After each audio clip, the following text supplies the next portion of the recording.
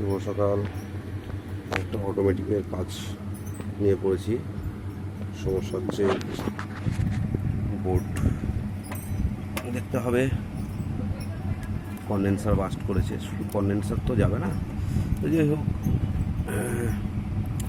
এগুলো রিলে না টানতে পারলে ফিডব্যাক পড়ে ইত্যাদি। তা এখন সবে রোগ দেখতে বসেছি।